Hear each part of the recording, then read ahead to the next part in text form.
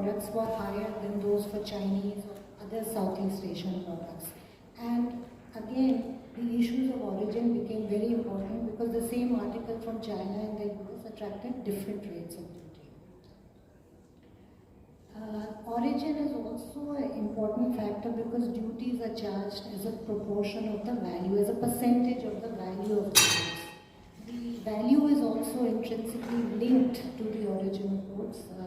An article from an Asian country as against the same article from a European country would have a different cost, would have a different price, and therefore origin has become a third important factor in imports assessments to duties. There are WTO rules on how the origin is to be made, and as Mr. Patani told me in the beginning, I should not be too technical, so I will keep it very simple. The basic principle of origin is that the goods are considered to be originating in the country where a substantial transformation takes place. And when we talk about substantial transformation, it can either be a process, it can be the quantum or value addition of the materials which are originating in that particular country. Now, what I really want to talk about the origin issues today is that while there are very logical rules on origin and origin has become an important part of trade, the implementation of these rules is extremely difficult. And the reason for that is the basis for determining origin is the process or the quantum of or the origin of the raw materials used for these items. But this information is in the exclusive possession of foreign exporters. Therefore, an importing government has a very difficult time to examine whether a claim made by a foreign exporter that this is something originating from country X is actually originating from country X, because the importing country has no extraterritorial jurisdiction in the domain of the exporting country. Therefore, in the case of preferential agreements, of course, the exporters and importers are getting a benefit or a concession. They come forward to give information. But where there is a disadvantage for a certain country, administrations have a very difficult time to identify goods which should have higher rates, because the origin is almost near impossible to determine for a customs officer sitting in India unless they have access to information in the exporting country, which they don't. So origin, while the rules are there, the implementation is quite weak. And the implementation is weak also because there is not adequate cooperation between the countries, member countries of the WTO. And once that cooperation is built up, certainly this misdeclaration of origin hopefully would come down. And I'm emphasizing this because I believe that if somebody is eligible for a concessional rate, certainly they should get it. But if somebody's goods are required to be taxed at a higher rate, and if they end up paying a lower rate, it is a disservice to those who are truthfully and honestly doing business, paying the correct rates of taxes, and it makes those people unviable in the market. So therefore, origin, even though origin has now become critical because of the agreements and the way in which the tariffs are being changed for country to country, much more needs to be done on the origin aspect to bring reality to the objectives of the treaties and the tariffs. Thank you, Reena. Asim, since we are on the issue of origin, there's a fair bit of history of the recent past with respect to US trade representative, how India has gone out in their unilateral levies, particularly the digital tax, what we call it as the equalization levy, which interestingly, though a part of the Income Tax Act from an administration standpoint, is outside income tax from a treaty standpoint.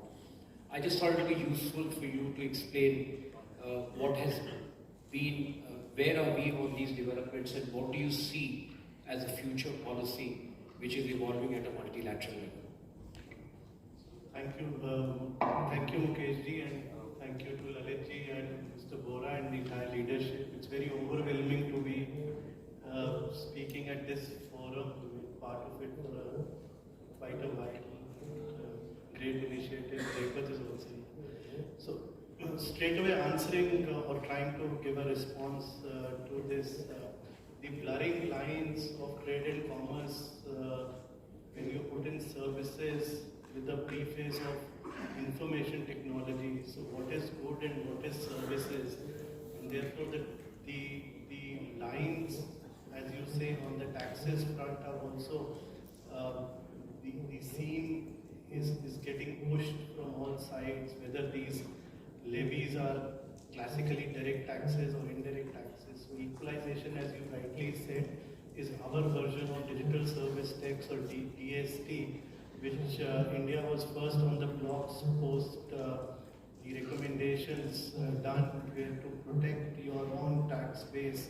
You decided to introduce unilateral levies, and the word unilateral suggests that they may not be available for credits, and therefore they are outside the tax act and have been legislated as a different or part of a separate enactment, so to speak. So 2021, the USTR under Section 301 of the Trade Act 1974 did come up and suggest that we find this levy discriminatory insofar as US majors are concerned who are exporting technology or services or technology, so to speak, in the most loose sense, because we still are grappling with issues of whether software is a service or SaaS and other connotations associated with information technology. So suffice to say, India and the US then have had a transitory or a transient measure where US will not impose sanctions unless for the time being, and 2024 is this year when those sanctions or threat of sanctions will be reviewed. Now, globally there is not yet a consensus with regard to how these levies, which are in the nature of digital services tax, would be levied across the world. So in October 2021, Spain, UK and US agreed on an interim period, which is, again I'm repeating, October 2021. November 2021, India entered into sort of an understanding which was announced through a press release. Now, I understand in June they're up for review. By that time, will the world be ready for agreed measure on digital service tax? Looks too soon with elections even in US and the whole world agreeing on a common platform. Till such time, equalization levy, I think, is here to stay. For tax collection purposes, I think we've collected, this levy has resulted in garnering fair bit of revenue for the Indian revenue. So for the Indian revenue to completely give a go-by in the absence of an efficacious alternate methodology, I think that will be too optimistic as a thought, so to speak. But for the moment, the levy seems here to stay. What has it done apart from maybe implicitly adding to the cost of services which the consumers are paying for, or for that matter businesses are paying for, is the whole issue of characterization of these services insofar as tax purposes are concerned. A few matters are sub judice in various courts.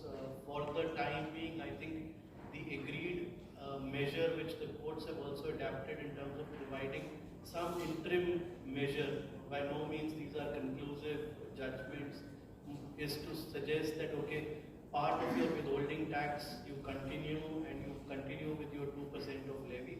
So you do a mix of both till the time we come to a conclusion that what are these nature of services being performed.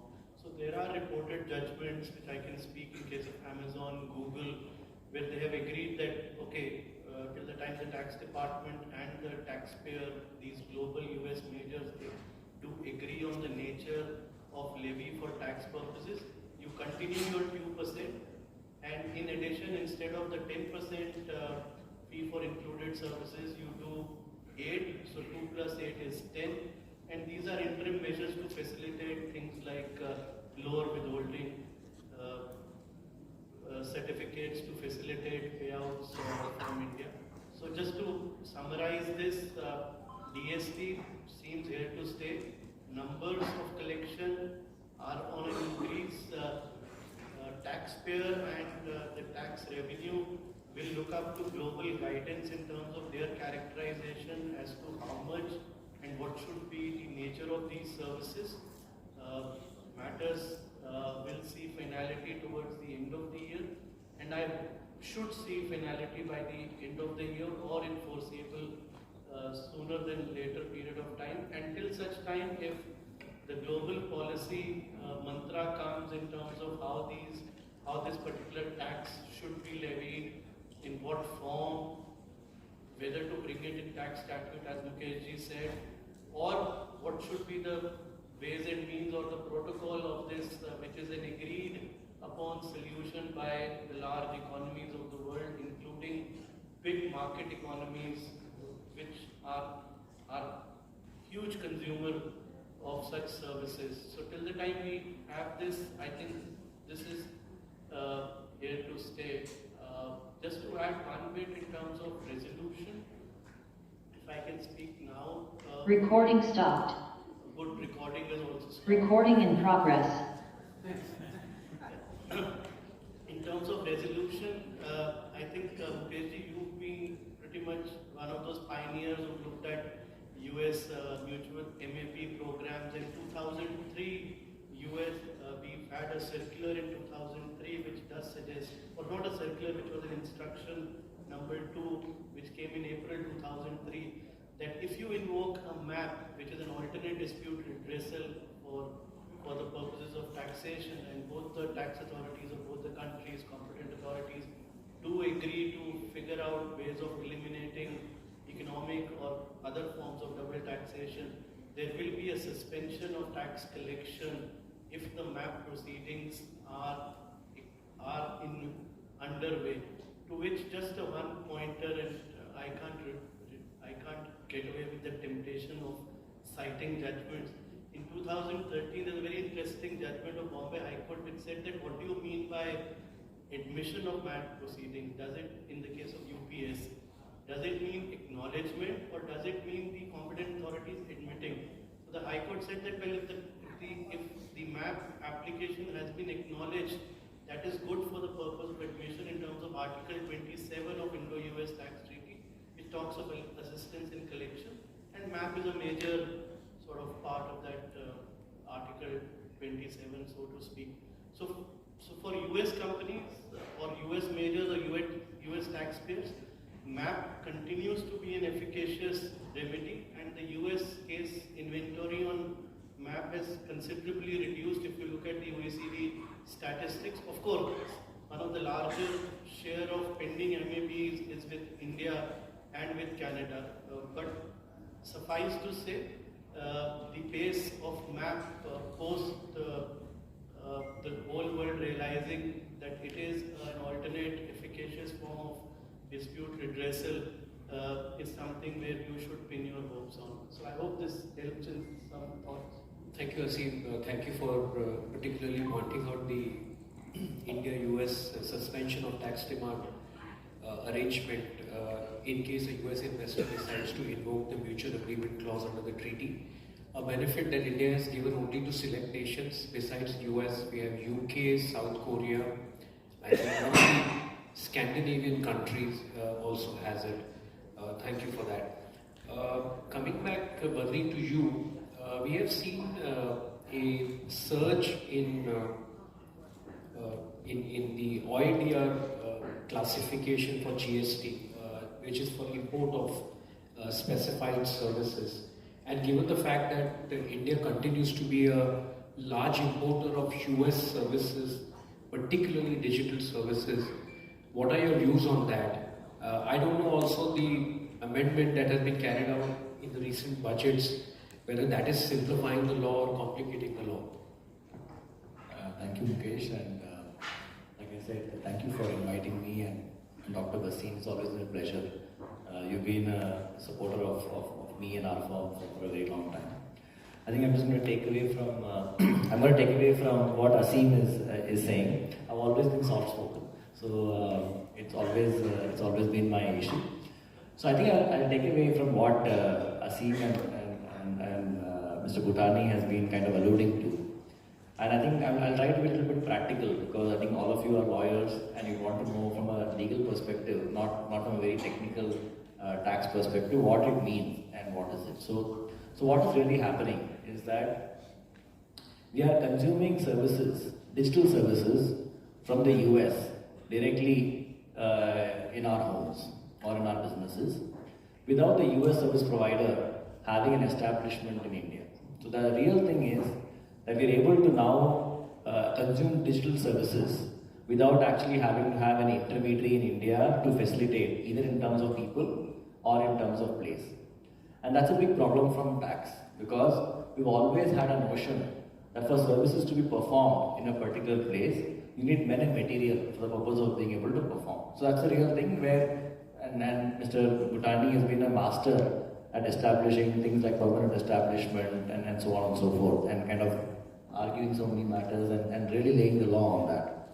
This circumvents it by saying that you don't need a permanent establishment, and an equalization levy is a classical example of a situation where you're able to impose a tax on digital services consumed in India, and US is a major provider of such services. And on the GST front, we are saying that such services are classified under a category called OIDAR, which is Online Information Database Access Retrieval Systems. These are again were meant to be, for example, services that we all consume digitally without a human being in between rendering any part of the services.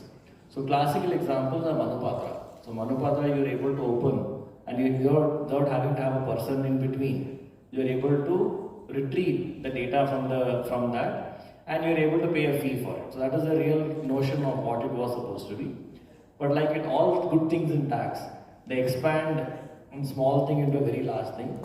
So we reached a stage where we are saying any services mediated over an electronic network is all going to be covered by this entire thing. And like Mr. Bhutani said, in order to make sure that no one is able to put in an artificial person in between for the purpose of being able to purchase and sell these services, they have amended the law to make it as if that the element of human intervention being there or not becomes irrelevant. So what that really effectively happens is that digital services, which are purely digital in nature, like Manupatra, will definitely be covered. But it also has potential for covering services which are not intended to be covered by it. For example, e-commerce transactions could technically get covered, because though one leg is offline, which is the actual supply of goods, intermediation of the services could be done by an online platform. So there is an issue with respect to that. One of the things from a practical perspective is that businesses are consuming a lot of these services. It's important to basically make sure that the contracts are structured in such a manner that there is clarity with respect to what's the nature and character of the service and who ultimately is going to bear the tax. Many times we don't put that in the clause, and that results in a lot of issues from a practical perspective for people to be able to handle that. And that is something that you should be very careful as lawyers in this room to be able to decide what is the nature of service being performed. Does it have people, or is it largely digital in nature, and therefore when you receive it and consume it, who is the person ultimately going to bear the tax? And that's a big negotiation point according to me. Many times we don't use it, and then we ultimately, as non-resident agents, we may have to pay this tax, or worse off, from our own pocket, be able to reimburse. So this is one important thing that you must keep in mind when it comes to these digital services which are going to be there. And that, I think, kind of lays into other areas which are also cross-border in nature, where significant transactions, especially for investors, because the tax liability is an important consideration both for pricing as also for investment.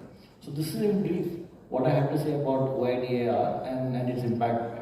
Most of these services are attracting equalization levy, which is a temporary measure under BEPS Action Plan 1. And on the GST side, we're seeing this part of it. Rita, you mentioned about the current impasse, if I may use it, between US and India on some of the trade and tariff issues, and you mentioned specifically aluminum and steel. But to me, it seems services is a bigger elephant in the room. Would you like to comment on where you see our discussions are going with the US on services part? And do you see this ballooning and becoming a major issue?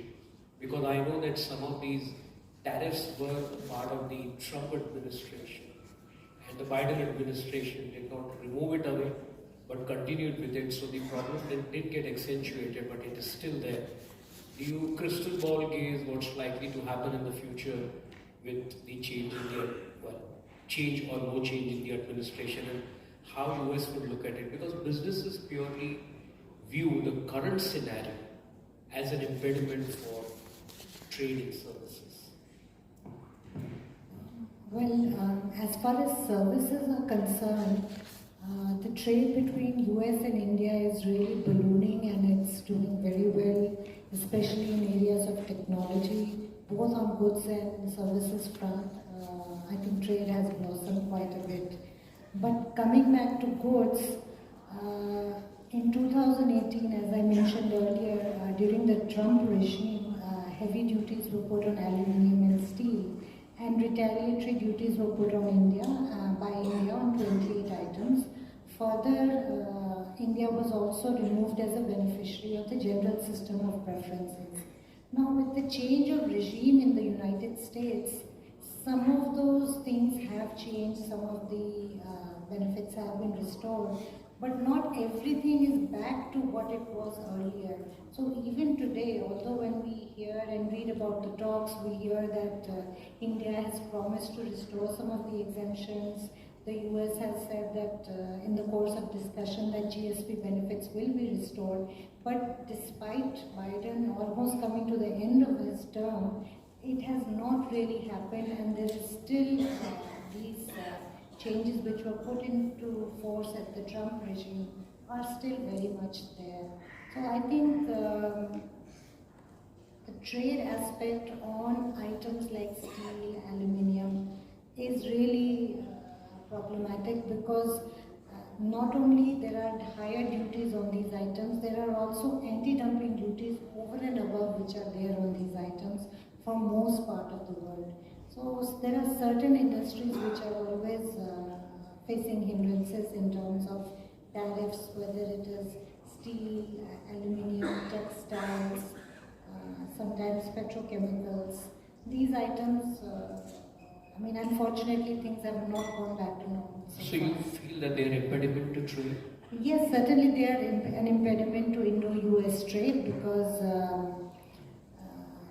it's a bit of a tit for tat that US, by putting tariffs on these items, and US being a big market for Indian manufacturers, India has retaliated by identifying those very items which are coming from the United States. So when we talk about 28 items, it is those items which were primarily being imported from the US. Given the fact that, with the global value chains and the requirement for any manufacturer in India to really compete globally, to have access to raw materials from all parts of the world, these tariffs, I feel, are constraints on growth in India, not only Indo-US trade, but Indian trade itself. Thank you. Asim, let me come to income tax dispute resolution. I'm mindful of the fact that you are standing counsel for the Department of Revenue. So you may want to answer this question or skirt this question. There is the make available clause under the India-US treaty. There is precedence with, catena of judgments by tribunal and high courts as well. US investors often ask this question whether after the Nestle judgment of the Supreme Court, whether the principles do get disturbed in any manner. I'm sure you're familiar with that. I thought it would be useful if the audience can hear your comments. And my second question was more a policy question. Where do we really stand on India-US mutual agreement procedure, settlement of transfer pricing and other international tax disputes? Okay, so let me make an attempt answering the second question, and I'll answer first to the best of not attracting any occupational hazard. Considering that Nestle judgment, there is no relenting and pretty much there is a persuasion being done seeking a review, and I thought you were pretty much an instrumentality in that sense. So let me answer the second question first. The overall sense from the ecosystem which we see as a professional and now perhaps in this new avatar is the fact that there is a large emphasis on MAP, including the APA, and APA by far has been, from the modest beginning, has been fairly successful.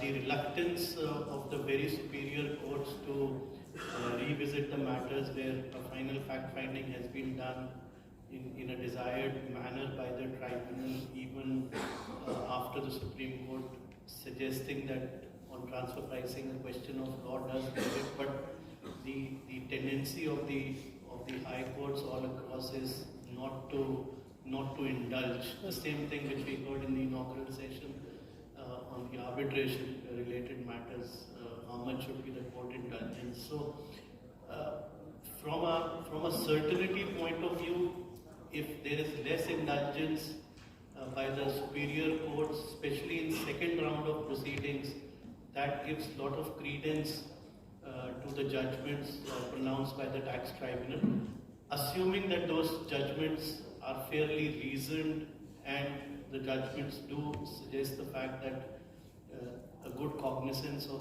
both law and practice has been taken. So I feel heartened on that count. Insofar as international tax matters and international tax disputes are concerned, I personally feel that the international tax principles which have been set out by various court pronouncements need a fair bit of refreshing with the efflux of time. And the fact that most of these judgments were rendered, let's say, almost 10 years, or forget the number of years measured as a measure of number of years, were rendered when the tax policy or international tax principles were still at a very formulatory stage and its appreciation in India. So to that extent, I do feel a necessity of having looked at it from a fresh lens. Of course, with a caveat that this should not proliferate another round of litigation, much less avoidable litigation, but then areas of attribution are something where courts must indulge insofar as adjudication on issues of permanent establishment with US tax treaties completely being differentiated from the global policy measure of looking at tax treaty interpretations coming from the European world is entirely different. That may require some consideration with the hazard of not adding exponential amount of litigation. Matters are ripe for hearing before the Supreme Court and before the High Court in lot of not similarly situated, but matters of extreme importance of both mixed question of fact and law. So that's insofar as with the tax policy, conscious of the fact that we need not add to the litigious nature which we are referred to in our third person interactions, that Indian tax system is fairly litigious. Now coming to the first question of Nestle and the aftermath or the after effects of Nestle, I think there is a conscious watch in terms of how the Supreme Court were to view the plea made for having a case review and its having an international importance. I think most favored nation as a doctrine of international law comes to forefront when you look at Nestle. Arguments, both sides are equally compelling. I don't think there is any need to rush again at this stage in terms of going back to the drawing board, looking at the FIS clause and trying to see that how it's going to play. I think a measured approach by the wisdom which is exercised by the Honorable Supreme Court in first admitting the matter and then assuming it were to get admitted, how does it pans out in terms of the end of Nestle. Suffice to say, there is no point in getting a matter admitted if it is going to be posted for hearing in ordinary course. So therefore, if both the sides do not end up relenting on Nestle, let's see what the Honorable Supreme Court has to do. But yes, both as students of taxation and India renders or churns the maximum amount of international tax case law as compared to rest of the world. I'm sure Nestle is being viewed with a lot of curiosity by academia, including professionals who practice cross-border taxation. Thank you, Asim. I hope I've skirted the question. Yes, thank you very much. Since we are on Supreme Court judgments, another Supreme Court judgments that made the news last year was the Northern Operating System, popularly called the NOS judgment. This judgment was rendered in the context of service tax law on secondment. And Badri, this judgment has also raised eyebrows on its applicability. Would you like to explain the aftermath of this decision and how are businesses now structuring themselves post this decision?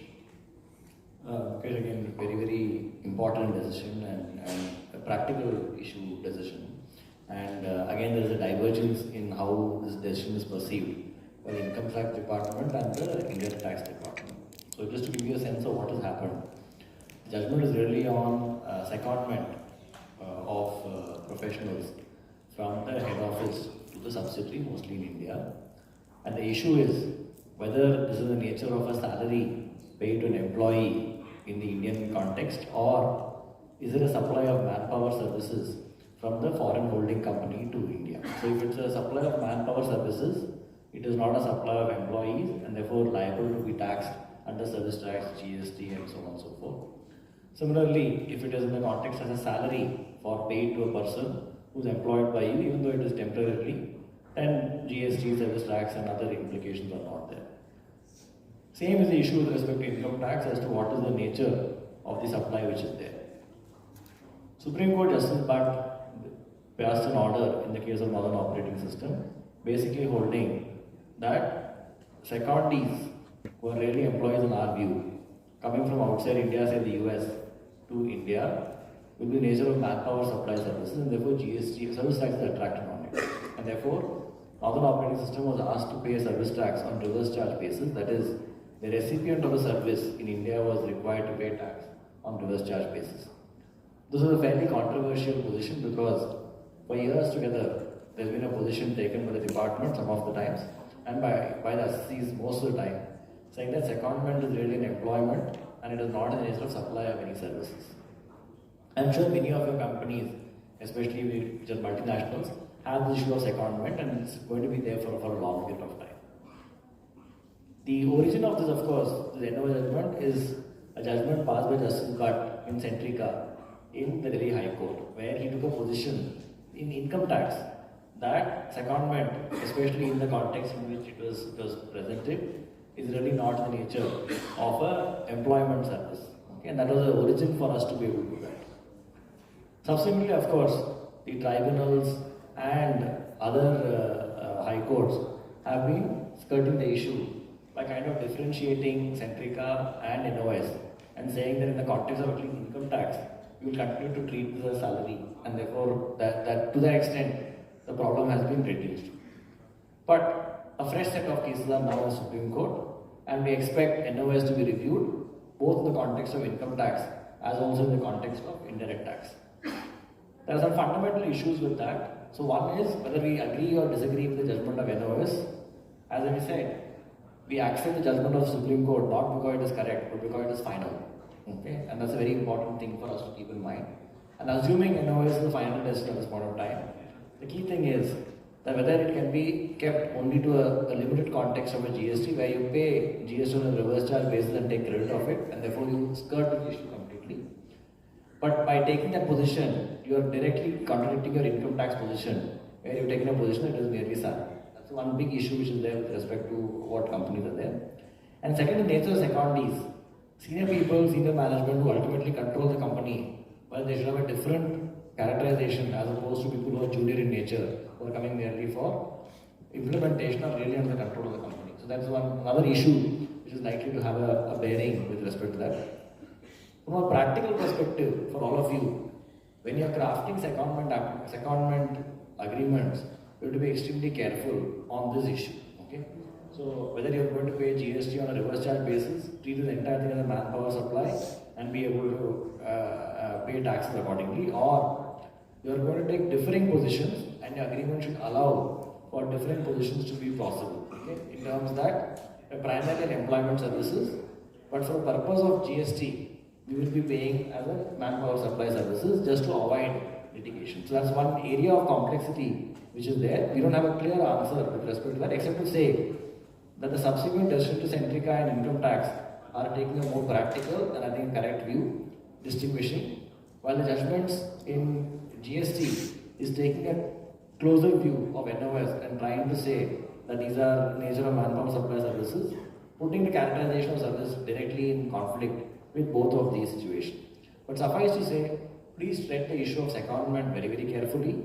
If you are seeing secondment in your companies, you must look at the contract and the nature of the transaction as to how it is being structured and what taxes are being effectively paid on those transactions in order to be able to achieve one, to avoid litigation, and if you want to go into litigation, giving yourself the best chance of being able to succeed. This is in short what I think supply of manpower is happening on a cross-border basis.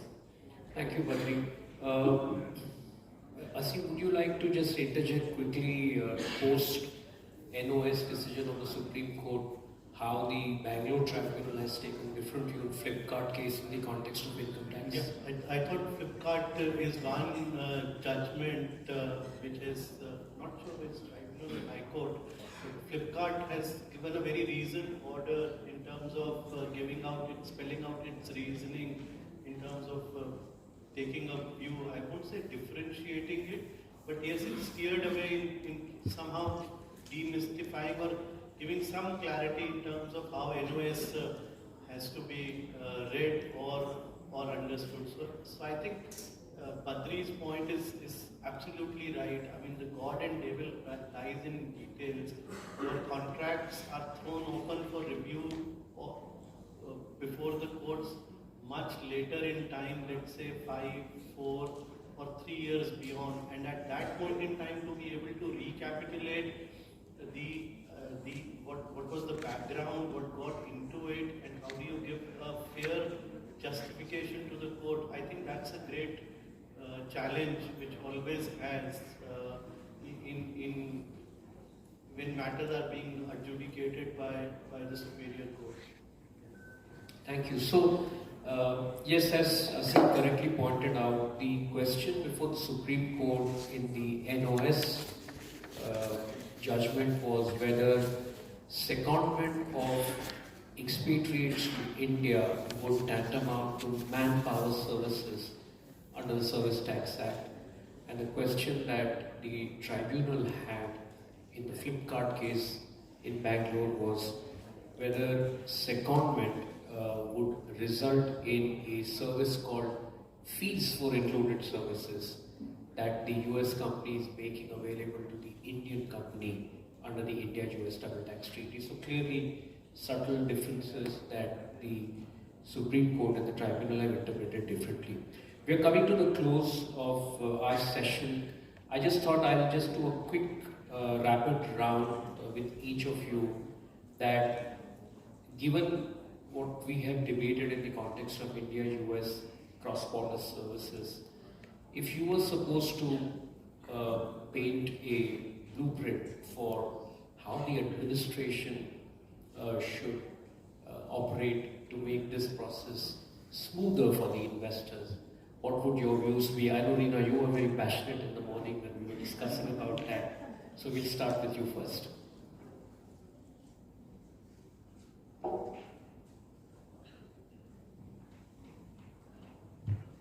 Hello. Yeah. So I think in the morning what we were discussing is that how we can make India a little more friendly for investors.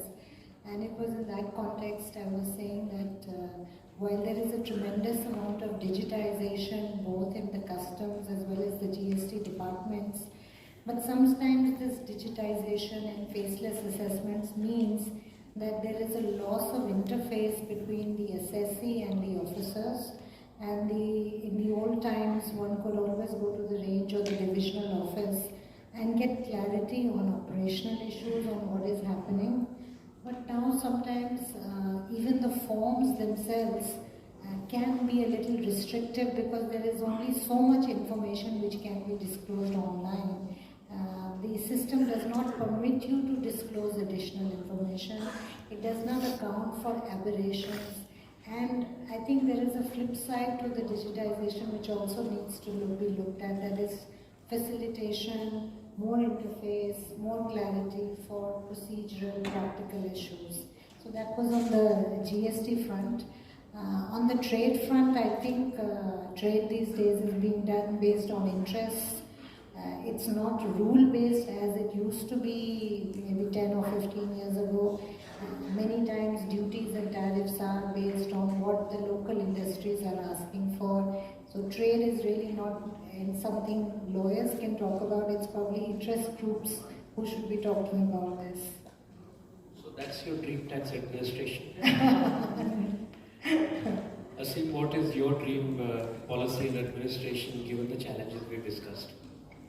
Well, in terms of global tax policy, we are on a broad table where G20 has emerged one forum along with United States in terms of trying to champion the cause of how the global taxes should look like, and deriving a consensus in a home is a challenge. Getting 20 and then 136 countries on the table agreeing on something has its own inertia of time. But till the time we reach to that optimum situation, I think USTR and India have had a very hectic interaction over the last 2 years. I am not confident that how much taxes rank up with the Treasury in US in terms of looking at matters. But if there are large matters of US multinational which require consideration, and similarly now Indians having footprint in terms of exporting capital in United States, I think more rounds with the Treasury. I'm reminded of, we spoke about ABA in the morning. ABA, I remember sessions in Washington in May where the where the US Treasury sits across in a very informal brown bag sessions with taxpayers. So I would envision, if you ask, a dream situation where the US Treasury is sitting with the Indian folks thrashing out potential or present issues till the time the world agrees on some common minimum prescriptions in terms of how taxes should evolve over a period of time. India is a voice which is now heard. Until the time the world agrees on how to figure out the next round, I think US and India can have these bilateral sessions in terms of purely looking at tax challenges affecting the two large economies. Asim, just before I come to Badri to have the last word, there is general skepticism on US accepting the Globe 2 proposal under the inclusive framework and bilateral negotiation. Do you have a quick point on that? Because I just wanted to hear from Badri about the US trade representative angle, because their stance continues to be a bit hawkish, which was also relevant from the recent visit of the trade commissioner. So, I mean, I won't say it's no-brainer. It sounds a little naive to say it is no-brainer, but US since 2016 we never had a buy-in on US on anything, so to speak. Now it's a purely US decision of not raising its hand from 2016 up to global tax proposals, but I am still very skeptic about a US buy-in. I expect something like the Trump administration having their own GILTI and other forms of taxes to give a derivative or their own US prescription on global too. Frankly, I think that's what I would see things happening rather than. I'll be pleasantly surprised if the next administration would say that okay, this is agreed upon formula and go about it. But your point on the US trade representative stance on tariff and non-tariff barriers? I think US has always been a country where interest and like what Reena nicely put it is paramount to them as opposed to policy and rules. And I think there will always be a situation where I think we will have that. I won't say disagreement, but there will be a difference of views and opinions with respect to how it is. I think on a more gentle basis, I think if you see the last 10 years, where we were 10 years ago in terms of administration and in terms of general issues, and where we are today, I think we've done a good job. I think at some level, I think we should pat our back a bit. And I think especially our external minister and our general administration, they've taken a very good stand with respect to where we are. And I think we continue to kind of do that. I think administration improvements are slow processes. And I think over time it will happen. But I think I do like the way India has taken some of the positions with respect to the US and with respect to how we are dealing with them. Yeah, there are some repercussions, but I think overall there's a clarity that with China being less important to US going forward, I think India will be the beneficiary of the next 10 years. Thank you, Badrit. So on that optimistic note, we end this session. Please join me in thanking them and hand it over to Dr. Bassi.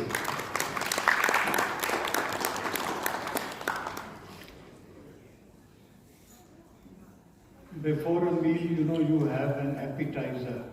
So this session was like a very good appetizer, you see.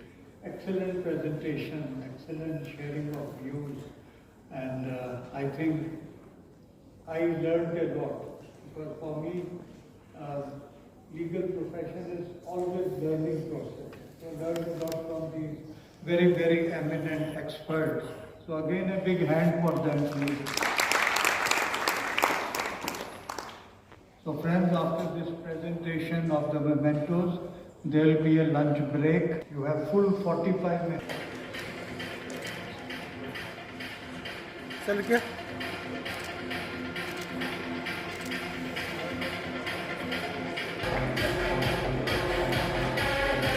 Chal ke?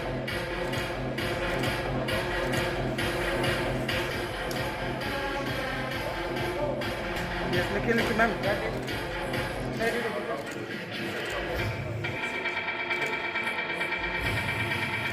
Yes, sir.